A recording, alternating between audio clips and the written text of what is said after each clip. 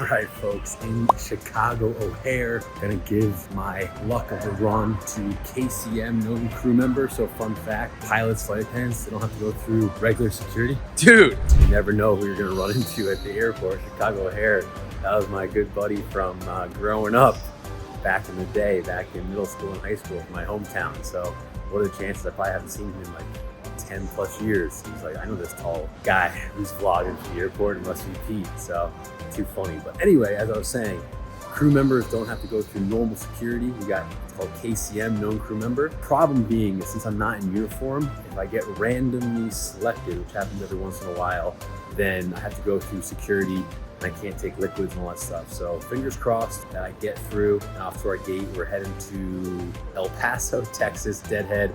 Welcome back to the vlog, baby, let's go. So as anticipated, I've been on a hot streak lately, not getting randomly selected. So of course I did. Unfortunately, now I gotta walk my peasant butt back to normal security. And like I said, since I'm not in uniform, I'm deadheading in civilian clothes, my waters and any like liquid restrictions I'm gonna have to abide by, which stinks, but in my opinion, it's better than traveling in uniform because A, incognito, B, just more comfortable. So back to the peasant line or the muggle line I go. All right, made it through security. One day, TSA will learn that my yogurt taken, my parfait from Starbucks I paid like $8.50 for, is gone. So I guess yogurt is considered gel, extremely dangerous.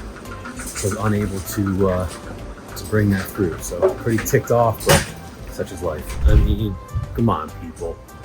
You tell me, yogurt, dangerous to fly with? Maybe I'm just bitter because of the $8.50 down the drain, but it's a little ridiculous. Anyway, heading to my gate. Next stop is El Paso.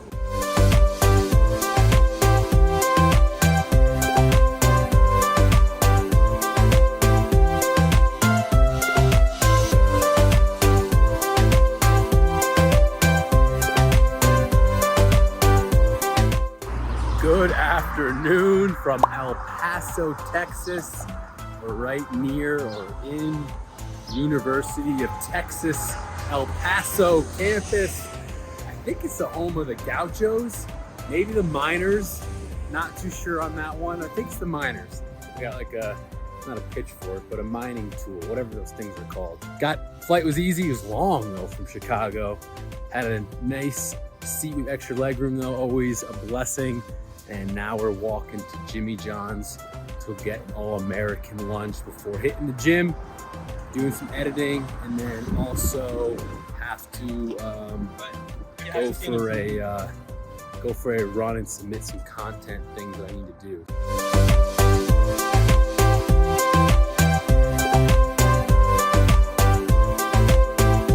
Workout complete. Walking back to my hotel, I saw this place, Don Carbone.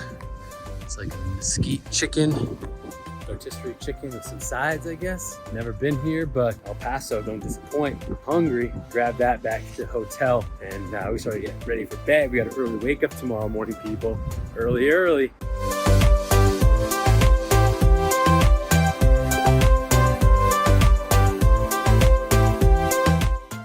I might have gotten just a little bit too much chicken from this place. Holy cow. I don't know if I'm gonna be able to finish this, but good news is I'll have leftovers for the flight tomorrow. Chicken boy, here I come. So, question I get asked all the time is, can pilots have beards? And the answer is no, but then it also depends on which airline you vote for. So until a couple years ago, if you flew in the US, the answer is definitely no. But just in the couple past months and years, I believe 2 major airlines are now allowing their pilots to have beards. My airline does not, so that's why I'm shaving. But most airlines still don't. It all depends on the policy of the airline. So the misconception amongst pilots and people that said no was because, oh, it won't seal over your oxygen mask in case you have to have an emergency descent and put one of those on. That's total BS, because tons of pilots in the Middle East, Europe, they're allowed to have beards. They fly the exact same airplanes we fly, Boeing and Airbus, with the same type of oxygen mask. So the beard thing is total BS. It's just what airlines want because they think it looks more professional. So benefit for me, I can't really grow a beard, so I don't really care. I'm gonna continue to shave, but it would be nice. I think a lot of pilots would enjoy it if they didn't have to shave every single day. I almost forgot, chicken review, 8.6 out of 10. It was really, really good. I ate way too much, didn't even touch the side, but excellent chicken here in El Paso. Tomorrow morning, I got a 5:30 a.m. wake up for a 6 a.m. car ride to the airport. I usually set my alarm like a half hour, 25 minutes prior because I like to wake up, cold shower for 3 minutes, have a little breakfast, make my YouTube videos / TikToks, and then get dressed and go. So usually 30-35 minutes gives me just enough time to get down in time. All right, early wake up tomorrow, freaking 5:30. So I'm going to bed. I'll see you tomorrow on the ramp in El Paso.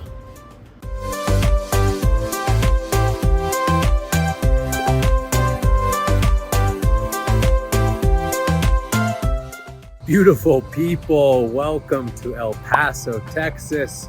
We're on the ramp. It's a beautiful morning. It's almost 9 a.m. East Coast time. It's almost 7 a.m. Texas, El Paso time. Look at this view. Look at all those mountains. Sun is shining, not a cloud in the sky. Beautiful 767. And we're about to take Grant is the name of this flight, of this plane, out to Memphis, Tennessee. It's gonna be my leg. Captain and I reviewed the flight plan, a little bit of weather, as you could probably see on that flight plan route just to the west of Memphis. So they gave us an alternate airport of Nashville, Tennessee. But should be a smooth ride, maybe a little bit bumpy on the arrival into Memphis. But just want to show you guys one thing, kind of throw in some little factoids of the 7.6 on the videos. So during my pre-flight, I got to check the brakes, and how we check the brakes on the 7.6 is if you see that little pin right here, right there, that wears down every time we use the brakes. So when I can no longer see that, I got to alert maintenance so they can check the brakes and make sure to change them if need be. So maintenance does check them, but it's part of my job as well. So you can see them right there. Each tire is going to have a brake wear indicator. So here's a little fun factoid for you on the 7.6. At least my dad wanted to know about that. So Dad, if you're watching this, that one's for you. But all good out here. Plane's loaded. It's nice and quiet. Getting my sunshine in the morning. And then it's, I didn't look at the flight time. I think it's just under 3, like 2:47 to Memphis. And away we'll go. Everything set up in the flight deck to head to Memphis from El Paso. Here is our route of flight. There's that weather I was talking about on the pre-flight just to the west of Memphis. And then our departure today is the T-down 3 off runway 22. So we'll be flying over these points with some at or aboves, and then on our way eastbound to Memphis. Special here in El Paso because of those mountains I was showing you out there. We got an engine out procedure, so special engine out procedure. Basically, on the company page, it tells us what to do in case we do have an engine out. So we'll be taking off runway 22. It says reaching 4.0 off of the IELP DME. We make a left turn heading 155. So we basically come out and get away from these mountains and make a left turn. So it's pretty simple, but for extra awareness, we put it in our fixed page. It draws that line right there. So once we hit that green line, we'll make a left turn 155. So just over 2 hours, about 2 hours and 20 minutes to Memphis. It'll be my leg to fly. I'll see you in Memphis.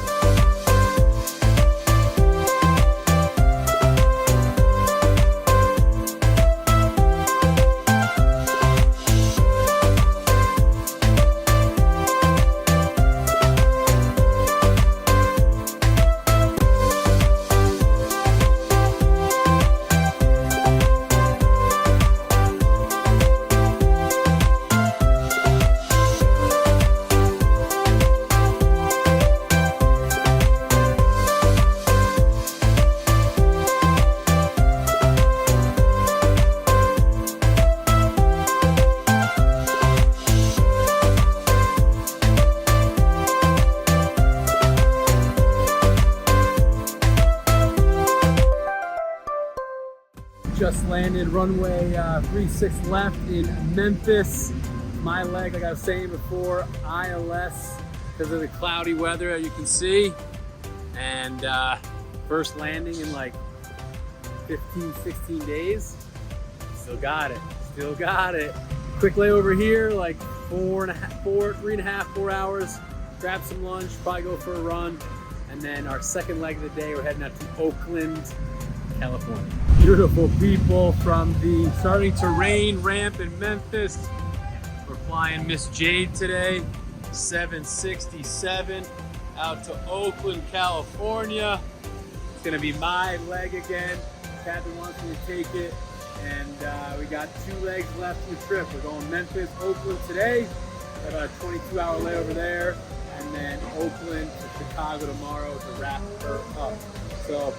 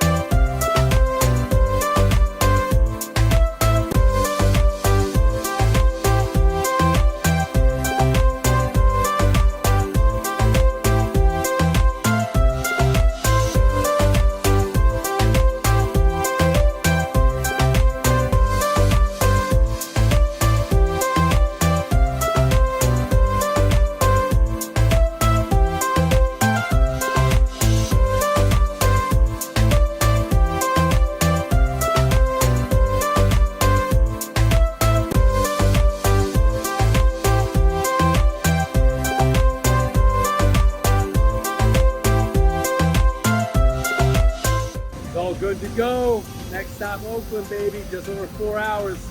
Let's get it.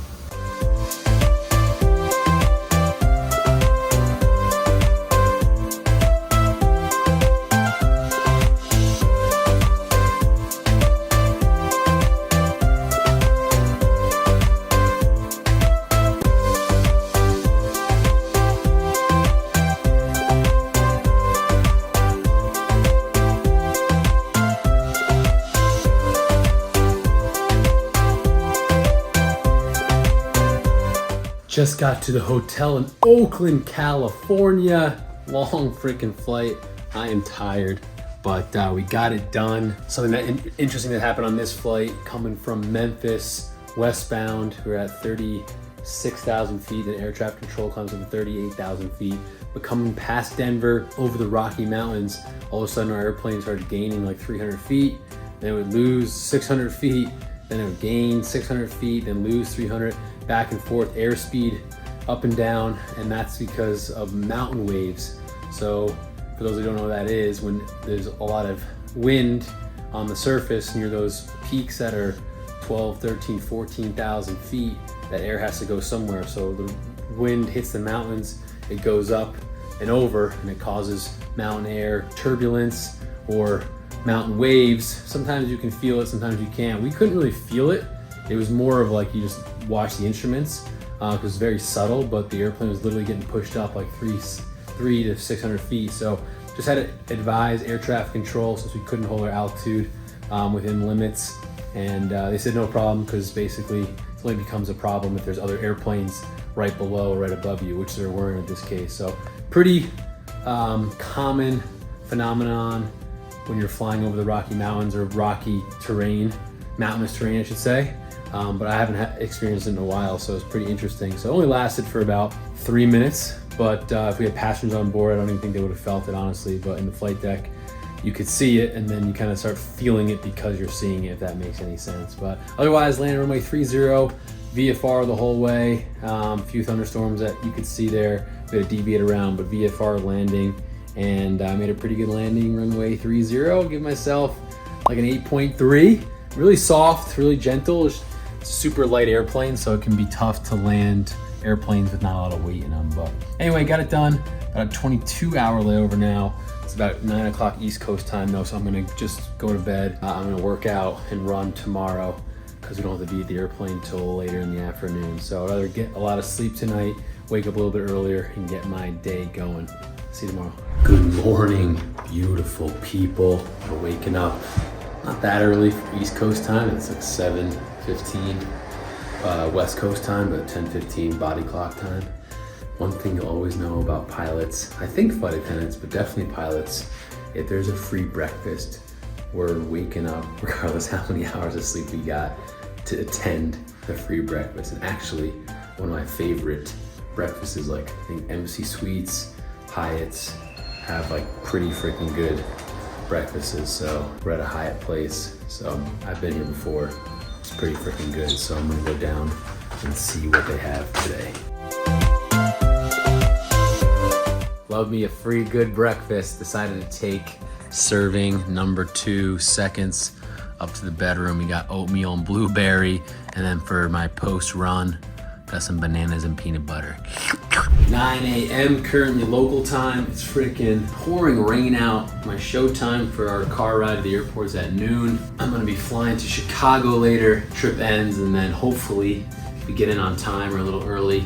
I have a deadhead or a paid ticket to Newark that I'm hoping to catch so I can get home a day early and be paid to be home and sleep in my own bed. So fingers crossed for that. But what all that means is I won't get back to my bed till like 1 or 2 in the morning if all works out, which means the only time to work out is right now. So running is on the agenda since I'm training for the New York City Marathon. So even though it's raining and pouring in Oakland, the last thing I want to do is go out there. Non-negotiable, people, you already know the deal. We're gonna get it in, and then if there's time, hopefully a little weights, because I'm trying to keep up my muscle mass while I'm training for this marathon. But time to go run, let's do it. Woo! That's how it's done, people. 4 miles in the books in the pouring rain, around the little harbor bay there, Oakland. I gotta admit, it's like my second time running in the rain, like actual downpour. And there's something like therapeutic about it. I kind of like it. It's relaxing, no one's out there. I don't know, it just makes it feel like you're kind of getting more done maybe, but 4 miles in the books, gonna head back to the hotel. I'm like a half mile away, get down some food, and then plan is to get a little quick lift in, shower, and then we're heading to Chicago. Let's do it.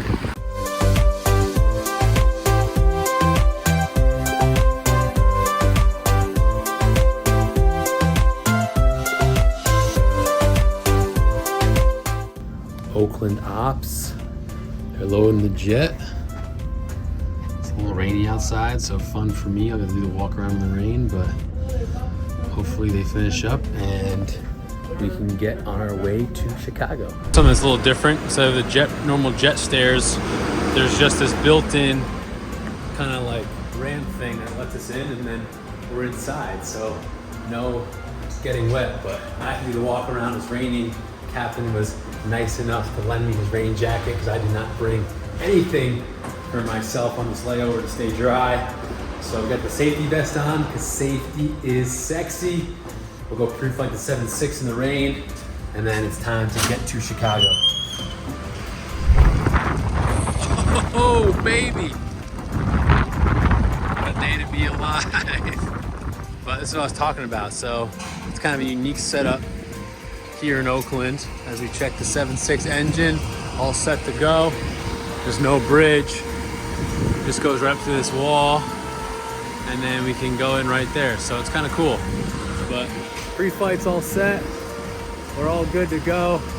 I did it, I got it done in the rain, protecting the hair at all costs, and it's just under 4 hours, like 3:20 to Chicago. Fingers crossed that we got here early. I have one chance to get home tonight. So if we get in on time or early, I'll make it. I should at an O'Hare. Captain's got like 40 minutes. I got like an hour and 20 minutes to catch my flight. Otherwise, I'm spending the night in Chicago. So fingers crossed we make it, baby. Let's go. Pedal to the metal.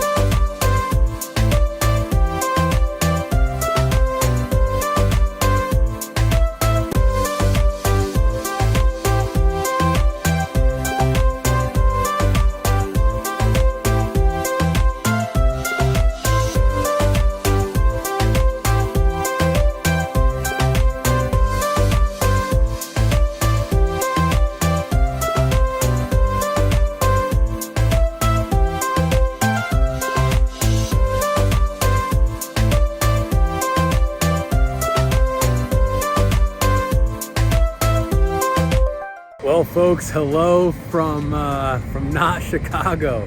So as you can probably tell in the video there, our destination changed to MSP. I'm currently standing on the ground in Minneapolis.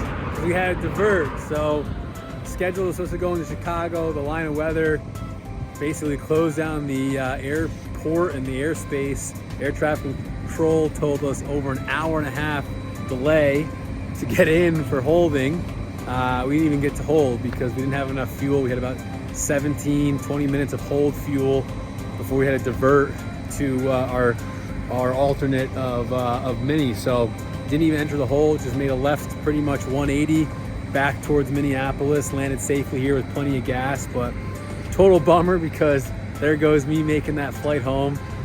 So what we have to do now is, luckily there are people here on the ground that can fuel us, check the airplane, maintenance has to do their checks, and then we still have to bring the flight to Chicago. So yeah, just part of the deal. That's what happens. My first time diverting at this company, and probably in the 15 years I've been an airline pilot, I've only diverted like 3 or 4 times. So it's pretty rare, but it does happen. It's really not a big deal. It can be kind of like an inconvenience, but that's pretty much it. So we'll get fueled up here, do all our stuff again, pre-flight, all that good stuff, get a clearance, and then head to Chicago. The weather's gone now. Now it's just how many airplanes are stacked up. Will air traffic control let us leave to get to Chicago? So again, total bummer. We were both trying to, myself and Catherine were trying to catch a flight back to our homes tonight, but it doesn't look like it's gonna happen. So spending the night in Chicago could be worse places, I guess. So it is what it is.